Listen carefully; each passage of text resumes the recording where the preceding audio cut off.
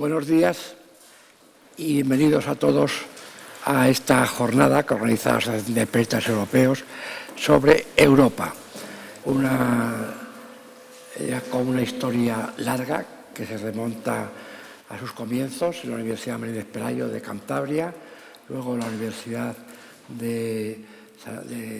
País Vasco, en San Sebastián, y bueno, actualmente aquí en Madrid.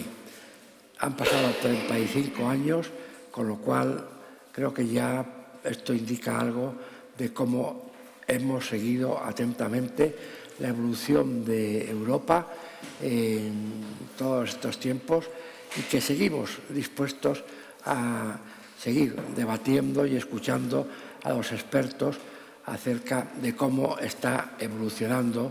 esta gran iniciativa que fue la Unión Europea. Antes de empezar y dar las gracias a todos ustedes por estar presentes, por acompañarnos, quiero aprovechar para agradecer a los patrocinadores que hacen posible que estas jornadas, o esta jornada concretamente, se pueda llegar a cabo. Han sido, voy a ponerme las gafas porque también aprovecho para pedir disculpas porque yo siempre he tenido una voz muy baja y en estos días en que estoy con un catarro de estos que creo que está medio en Madrid, pues bastante peor. Bueno, estaba diciéndoles que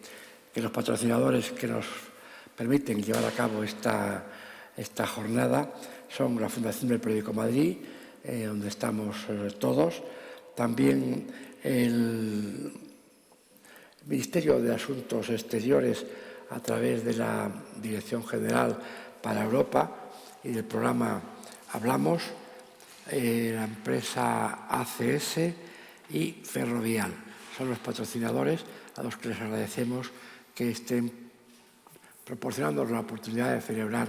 estas jornadas. Europa en esos 35 años, evidentemente, experimentó muchos cambios. Yo, que he tenido la suerte de participar en muchas de las sesiones que se han celebrado en estos otros escenarios anteriores, la verdad es que guardo algunos recuerdos que son muy ilustrativos de cómo ha sido esta evolución, de los momentos difíciles que ha atravesado y de cómo los ha venido superando con el correr de los años y gracias al esfuerzo de unos europeístas muy variados de diferentes países, por supuesto España no ha sido menos, que son los que han hecho posible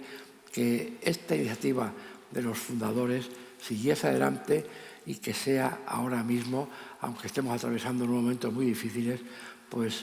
una iniciativa muy consolidada y con un futuro muy prometedor, a pesar de que está atravesando con serias dificultades. De estas dificultades van a hablarnos los expertos que ustedes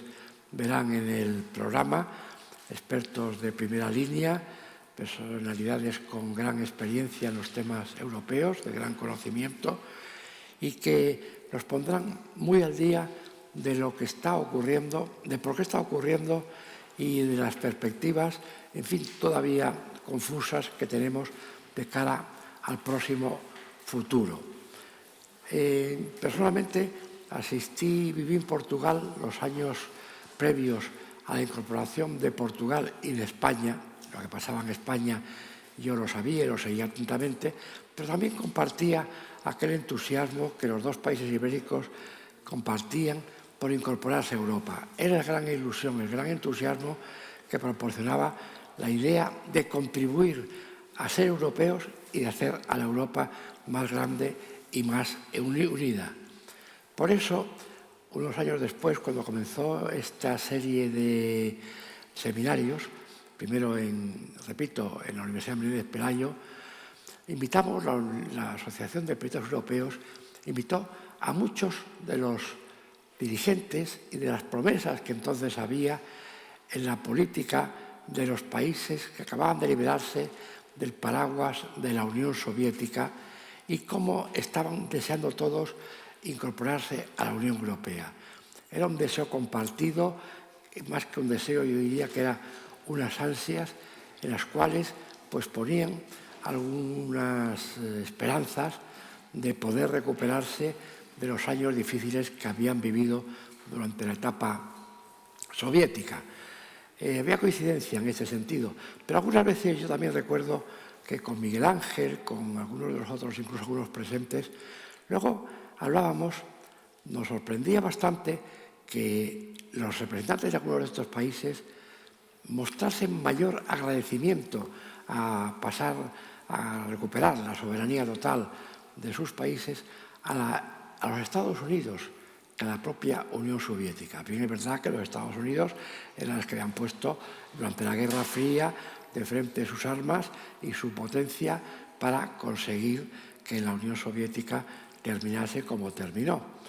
Pero notábamos o comentábamos que el interés de incorporarse a la Unión Europea pues era más un interés económico, un interés por salir del momento, que no un interés de tipo solidario para compartir los problemas con los demás países europeos. Por eso ahora, cuando de vez en cuando vemos noticias bastante desagradables de los problemas que sufre la Unión Europea actual, que ha conseguido superar hasta ahora todos, pero como algunos de estos países pues, se han convertido un poco en la oposición frontal a muchas de las iniciativas que sigue practicando la Unión Europea para conseguir plenamente sus objetivos y para seguir en el proceso de evolución hacia el objetivo final, que es la integración total de Europa. Estoy hablando de Hungría, de Polonia, de la República Checa, que continuamente, y afortunadamente son los menos, pero con frecuencia llevan a cabo actitudes que no favorecen en absoluto la evolución que todos deseamos. En fin, yo creo que con el tiempo esto se irá superando, como ya se han superado otros muchos problemas. Estos días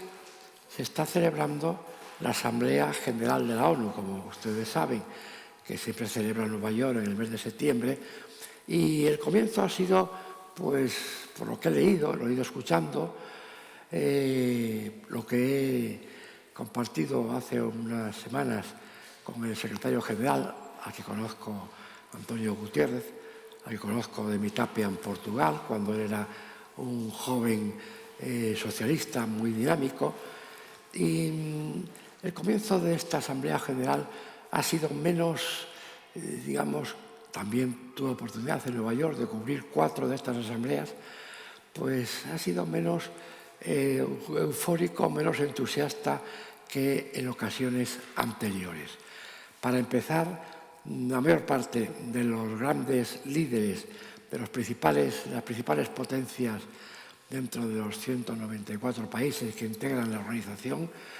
no estuvieron presentes. Estoy mencionando al presidente de China, al presidente de India, al presidente de Rusia. De estos grandes solamente asistió Biden, el presidente norteamericano, que, como es habitual, como se viene siendo tradicional, hizo la intervención inicial y a partir de ahí pues una participación muy numerosa, por supuesto, de todos los países, pero que en conjunto los temas planteados y la forma en que fueron planteados dejaron un poco una impresión que algunos analistas norteamericanos definieron con la idea de que el mundo se ha dividido en muy poco tiempo. Creo que en este sentido el punto de partida de esta división ha sido sin duda la guerra, por primera vez después de todos estos años, una guerra en el centro de Europa era un poco menos que inimaginable hace ahora mismo, pues yo qué sé, cuando terminó la Guerra Fría, en que todos vimos grandes ilusiones de que aquella situación dramática que estuvimos viviendo durante 40 años había terminado. Y bueno, luego hubo algunos conflictos todavía, pero en conjunto hemos atravesado pues una etapa de casi 4 décadas de bastante tranquilidad, una etapa sin precedentes en los últimos años, décadas, en que habíamos vivido pues muchas guerras, algunas tan duras como la guerra de España y muchísimo peores, las dos guerras mundiales, y otra como la del Vietnam, que las hayamos ido superando. Recuerdo perfectamente que cuando terminó la Guerra Fría, yo estaba de corresponsal de Televisión Española en Nueva York, me pidieron de televisión que entrevistase al presidente y director de una fundación de estudios de prospectiva. Era un personaje muy interesante, lamento no recordar el nombre en este momento, pero era un personaje muy conocido, y le pregunté sobre todo lo que estaba ocurriendo gracias al final de la Guerra Fría, que era el gran acontecimiento que estábamos viviendo, la desaparición de la Unión Soviética, el éxito que estaba empezando a tener, había tenido Gorbachev con la perestroika. Y bueno, la persona muy enterada me estuvo dando verdaderas lecciones que, desde luego, muchas de ellas no he conseguido ni he intentado siquiera olvidarlas, antes al contrario. Pero ya cuando íbamos terminando, entonces le hice algunas preguntas. Y le pregunté, vamos a ver, después de la Guerra Fría,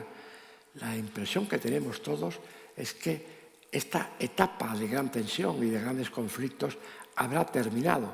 ¿Cuál es su opinión de lo que ocurrirá a partir de ahora? Realmente ese peligro de guerra, que es lo que más venimos temiendo desde siempre, que, en fin, cuando nos acordamos del bombardeo en Japón con armas atómicas, cuando nos acordamos de lo que ocurrió en la Segunda Guerra Mundial con unos 50 y pico millones de muertos,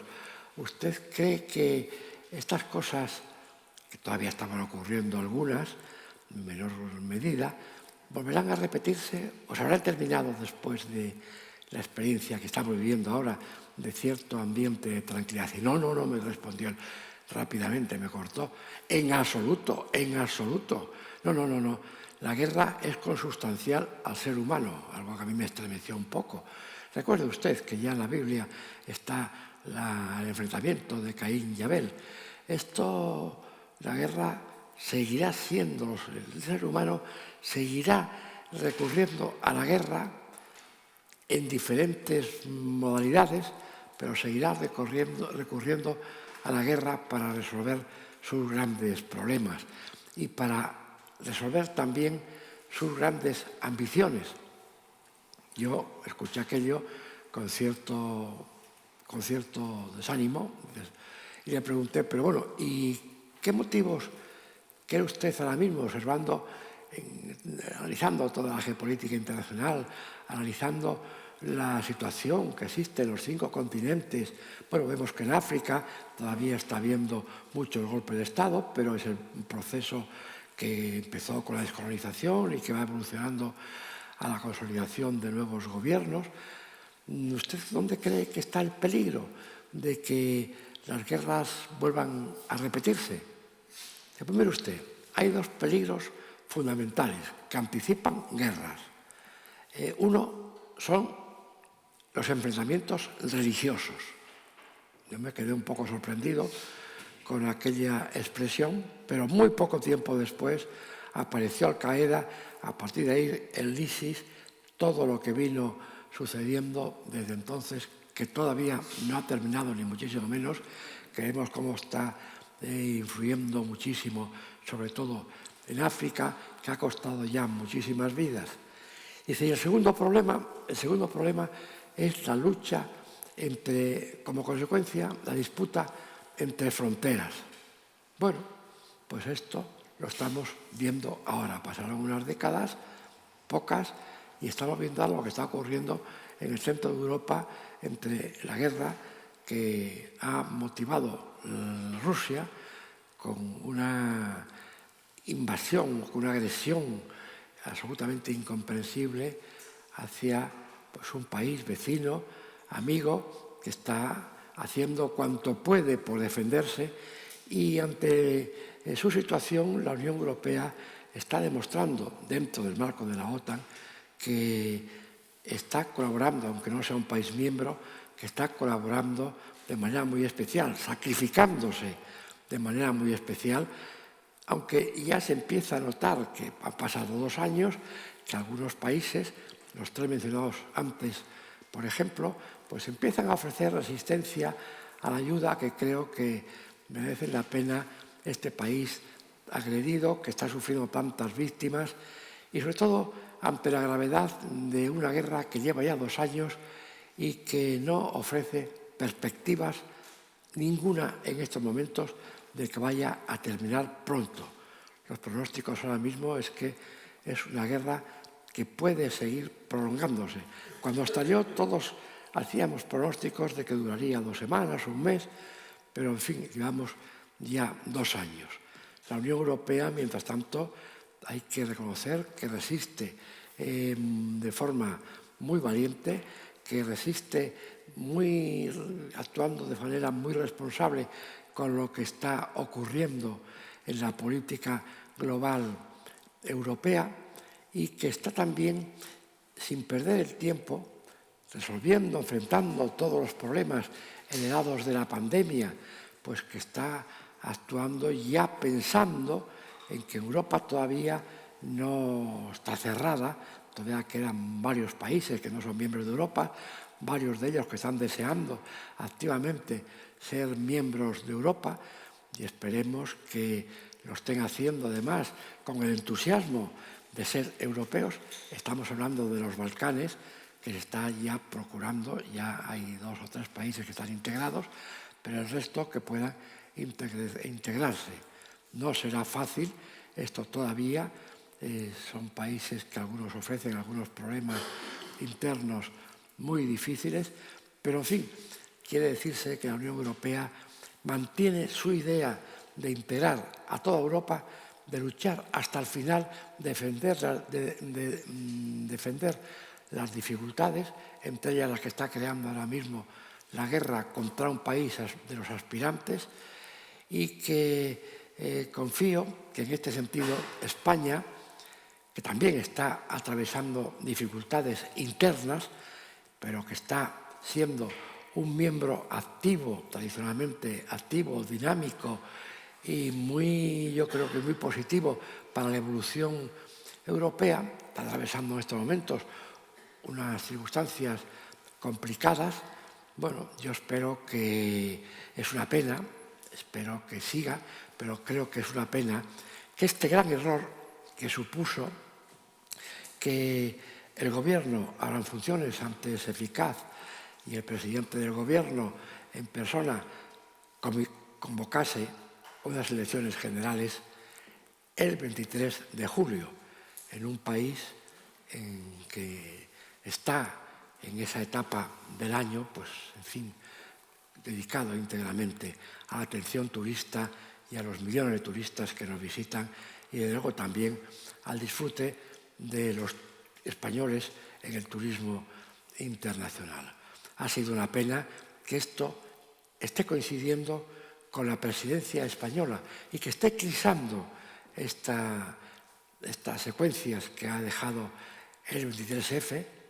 secuencias de todo tipo, las secuencias electorales, que estamos ahora pues todavía en el proceso de investidura del nuevo gobierno, pues vemos que está eclipsando una oportunidad excelente que tenía España como presidente, ostentando la presidencia de la Unión, algo que no volverá a repetirse hasta dentro de 13 o 14 años, y que estamos aprovechando esta oportunidad de poder demostrar una vez más que España es un país solvente, un país plenamente integrado, un país que comparte todas las ilusiones y objetivos de la Unión Europea, que en ningún momento creó a la Unión Europea en estos años que lleva ya incorporado, creó ningún problema y que espero que siga pues, en esta misma dirección, siendo la primera que contribuya a que los problemas globales de la Unión se vayan resolviendo, que no son pocos y que no se resolverán todos rápidamente porque están las consecuencias que eso está causando por ejemplo, empezando por el tema de la guerra en la situación económica, la inflación que se está produciendo, el desnivel que se está produciendo en el nivel de vida y la contribución que también está produciéndose a que cada día más eso que se está pronosticando ahora mismo desde Nueva York,